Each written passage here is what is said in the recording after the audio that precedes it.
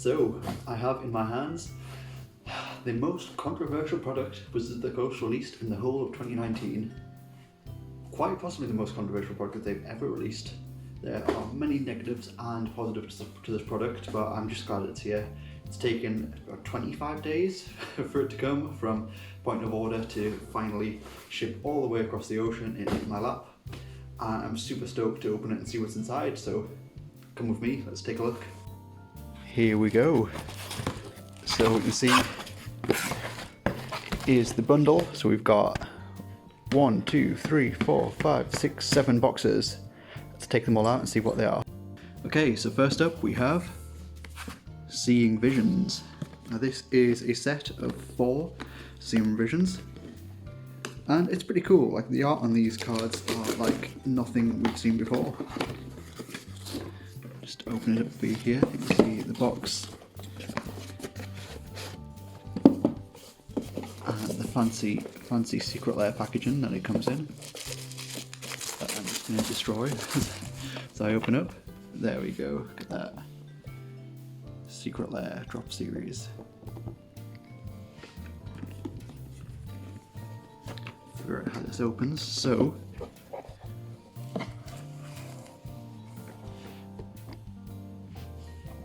there we go. We have, what's this? A mystery Planeswalker. We'll get to that in a minute. We take a look at the cards.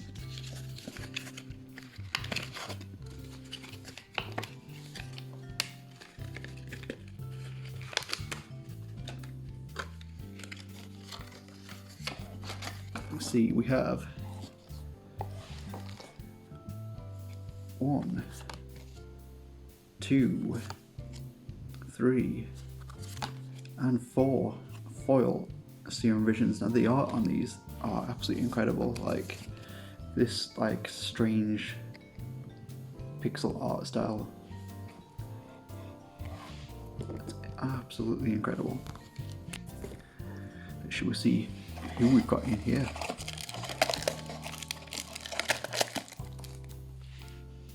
Oh, it's Ashiok. That is so cool. Ashiok is one of my favourite Planeswalkers. They all come with this incredible like stained glass design. Amazing, absolutely amazing. So stoked to get Ashiok there. Next up we have Explosion Sounds. This one is also really cool. It's a set of goblins with some more really cool art. So I think the art on this one really reminds me of Team Fortress 2.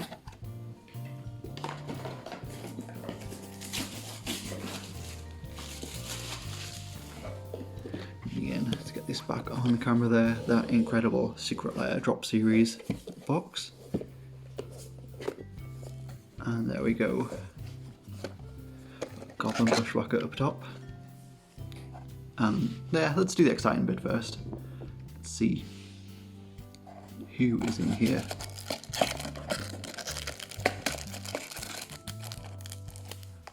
Oh, it's Nahiri. That's cool. That's really cool. Get this glue off her. There we go. Nahiri, Storm of Stone. The art is amazing on these.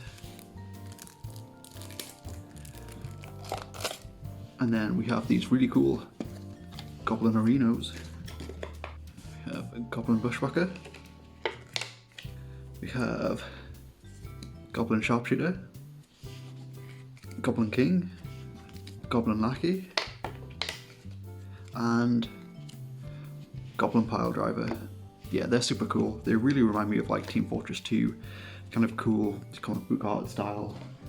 Just interesting cards that I don't think you would ever find anything like this in a modern Magic set. So that's one of the things I really do like about this product, is the fact that they get to experiment, they get to try things, they get to put things out there that they just don't usually get a chance to do. So that is definitely one of the positives. Next up is probably the most controversial one. We've got, boom, Bitter Blossom Dreams. Now this was the one that really sparked off the controversy, as essentially it's just one card. this kind of marks the first time Wizards have sold singles, really. And yeah, I don't know how I feel about that. I think there are some positives to it, as far as like availability of cards goes, but also like there's the negatives which completely outweigh the positives on it. I think like you have so many people, so many businesses, a whole industry essentially that rely on the secondary market being a thing and being strong and flourishing, and the fact that Wizards can now essentially just print a single card and say, oh, this is the market price for this card, really throws that whole ecosystem off balance. And yeah, I don't know what that means long term, and I don't know if it's something that they'll do regularly, but it's certainly the most damaging aspect, I think, of this product. But anyway, let's take a look. We have Secret Lair drop series, and there it is. Incredible. The art on this is amazing. I think this one will be going straight into my cube. Let's get this one out straight away. We have the Bitter Blossom, and then we have 4 Fairy Rogue tokens as well. They're really nice tokens. They're really cool. It's nice to see tokens with a magic back too. Usually they're double-sided or have like an advert on the back, so that's quite cool. And let's find out who our Planeswalker is. Our Planeswalker is... it's Huatli, Sun's Heart. Yeah, kind of not one that I was particularly excited about, but it's still pretty cool to have her. And at the end of the day, it's a incredible alt-art Bitter Blossom at a fraction of the cost of a regular Bitter Blossom. Next up, we have Restless in Peace, another one that I was super excited about. This one, it's a 3-card set that make a really cool panorama of the art. They're also dredge cards, or like dredge Bridgevine cards. Cards that I'm never going to play, but I am super excited about because of the art. So the art was done by an artist called Dan Mumford, who is an artist that I've been a fan of for quite some time. He's done a lot of work for various bands for years and years and years. I think it was when like Gallows put out their first record, like well over a decade now, I guess, really. Wow. Is when his art sort of first came to my attention, and he's done art for Magic before and Wizards of the Coast before, but it's the first time his art has appeared on cards, so I am super excited about this. So we've got the Bloodghast, the Life from the Loam, and the Golgari Thug, and then we can do this. Put it all together and make a nice panorama. There we go, look at that, that's so cool. Let's find out who our Planeswalker is as well. Planeswalker is... it's Sorin, Vengeful Bloodlord. That's really cool. That's really cool. I like Sorin. Sorin's definitely a strong character. Well, they don't stop coming. Here is the very seasonal Eldraine Wonderland. Now this is another one I think is really cool. I know a lot of people are a bit sort of hit and miss on this one, because it is literally just like 5 basic lands. Well, snow-covered basics, you know what I mean. But again, the art is beautiful. It's something that's really unique, really cool, and I don't think we'd get to see them elsewhere. So here we go. We've got... I'm not sure if they would do this one at like any other time of the year, given that they're snow themed and it's you know, Christmas. But yeah, this is super cool. We've got snow-covered plains, snow-covered island, snow-covered mountain, snow-covered swamp, and snow-covered forest. That one especially is just amazing. These are really, really cool. Yeah, just beautiful. Beautiful, really nice art. Now it does say it's Eldraine Wonderland, so you would assume that these are going to be lands that are set on Eldraine. But I don't know if there's really anything that sort of sets that apart. Like you can't see like Castle Loch Twain in the background of any of them, or I don't know what ties this art specifically to Eldraine, but it's pretty cool nonetheless. And we get to see who our Planeswalker is. So here we have Gideon Blackblade. Oh, that's a good one. Gideon Blackblade, just super cool once again. I'm really glad that they include these as a nice extra throw-in. Next up, we have the most value-filled, I guess, for the Commander players out there. We have Kaleidoscope Killers. Yeah, again, I think the issue that the Bitter Blossom had definitely applies here. Like suddenly these cool and sought after Commander cards now just have like a really arbitrary price set by Wizards. So first up we have the Reaper King, then we have the Dragon, and finally everyone's favourite, Sliver Overlord. That's so cool. Yeah, these are really cool. It's really hard not to like just love these cards. That art is incredible, and I probably won't be playing them myself, but they're just really cool to have, really cool to look at. Let's find out who our Planeswalker is. It is... Oh, it's a good one. There he is. There's your boy, Teferi Time Raveler.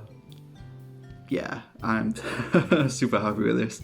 Like, obviously, just like value-wise, this is like $150, whatever it is, like the stupid cost of this, but just amazing. The art is incredible. He's hands down one of my favourite Planeswalkers. I'm super happy I've opened this. Awesome. And finally, we come to the last one, which was ironically the first one that was spoiled. That was OMG Kitties. Let's crack this one open and find out just what these kitties look like in the flesh. I feel like that's a real weird phrase to use, kitties in the flesh. But here we go. So we have Leonin Warleader, we have Regal Caracal, we have Kasali Slingers, we have Harabo, Roar the Wild. Yeah, the art on that is super sweet, I'm not gonna lie. We have Miri, Weatherlight Duelist, and then we have some lovely cat tokens as well. Yeah, this one's definitely not for me. I'm sure there is an audience out there. I don't know where, but I'm sure some people will want these cards. I'm a little bit disappointed that some of these have come like a bit curled already at the packet, like the Regal Caracal especially. It's looking a little bit curvy. But let's find out who our 7th and final Planeswalker is. It is Ajani the Great-Hearted. Now, it pretty much always seems to be Ajani with this set from what I've seen. So I think they were like semi-randomized, because there's definitely quite a few of the 36 Planeswalkers that I haven't seen. Am I happy with the ones I've got? Absolutely, definitely. Ashiok is amazing, Teferi is just the best. Yeah, Soren's pretty cool, and yeah, Ajani will definitely find home in somebody's commander deck, I'm sure. So there we go. Was it worth it? I think it's very difficult to say. I think from a purely financial standpoint, then yeah, absolutely. Like, you want a bit of Blossom and you want to play market or slightly less than market, yeah, sure, go ahead and buy it. Do you want some cool, interesting cards to sort of pimp out your deck, but you're not really fussed about the value because it's something that you like and you want to make it unique and cool and individual and you know, they're just your style, then yeah, sure, go for it, buy the kitties, do that. But I think the long-term negative impact that this has on local game stores, that this has on the secondary marketplace in general, I think it's just not worth it. It's just not worth having these cool things. Like, they could have put these cards in booster packs. Like, they should have put these cards in booster packs. Like, War of the Spark didn't have a collector's edition. It didn't have masterpieces. It could have easily. You could have just had these Planeswalkers as masterpieces, and that would have been super cool. but it's not as good for the WotC fourth quarter report, is it? If people are just buying packs like they regularly would anyway. Like, here's just how this other product that cost us like next to nothing to make that we can sell for like $50 a pop. And then I think when you tack on like the shipping and stuff, like obviously this isn't so bad if you're in the US or maybe Canada, but yeah, shipping, it took 25 days for it to get from the US to me, and then on top of that there was a fee that we had to pay, even though we'd already paid for all customs at point of purchase. So that was an issue. I don't know, I personally don't think I'll be buying these products again. If they release cool cards that I think are cool, or release more of the Planeswalkers, I'm sure I'll pick them up as singles, but as far as the Secret Lair goes, I will not be purchasing it again. So thanks again for checking out my Secret Lair unboxing video. If you enjoyed it, hit a like down below, hit subscribe, it would help out a load. I'm going to be posting quite a few videos hopefully throughout 2020 as I begin this video content creation journey. If you want to check out my other stuff, you can hit me up on Twitch, twitch.tv/peachgardenoath, that's oath with an F. You can find me streaming every Tuesday night from 8 PM. Stream on weekends sometimes too. Best thing you can do is follow there, and then it'll always show you when I'm going online. Also, you can check us out at soundcloud.com/hourofdevastation for the weekly podcast that I do with my great friend Sam Neal. Thanks.